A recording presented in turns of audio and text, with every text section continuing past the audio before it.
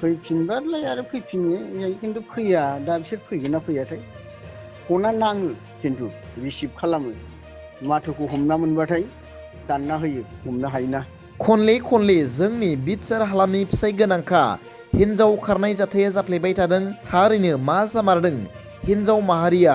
मख'नो गोनांदि क'क्राझार जिल्लानि सिङाव थानाय 5 नं लाबायनोपुर गामिनि फिसाय बिस्टि बसुमतारिनि बिसि पुर्नि बसुमतारिया गोमानानै दं। लोगोसे सासे उन्दै हिन्जावसा उषा बसुमतारिखौबो लाना थांदों होनना पुर्नि बसुमतारिनि फिसाय बिस्टि बसुमतारिया फोरमायदों।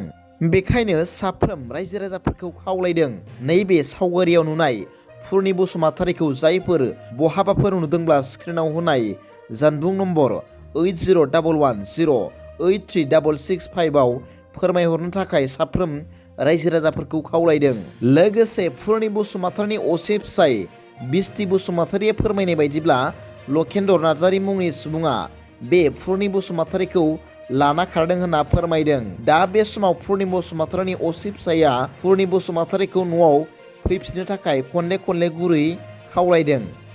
फैफिनबालाय आरो फैफिनो खिन्थु फैया दा बिसोर फैगोन ना फैयाथाय फना नाङो खिन्थु रिसिभ खालामो माथोखौ हमना मोनबाथाय दानना होयो हमनो हायोना। थैबाबो फैफिना होनलायदोंनो।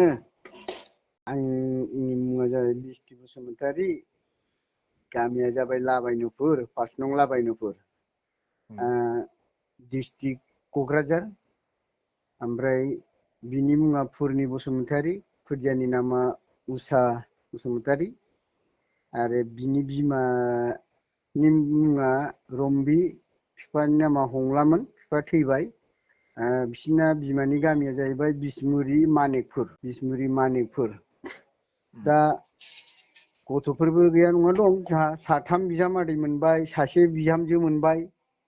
दाथ' आंजोंबो खोथा गैया बाथ्रा गैया जेबो दावराव दावसिबो जायाखै। आं बाहेरायाव दं बोसोरनै जाबाय।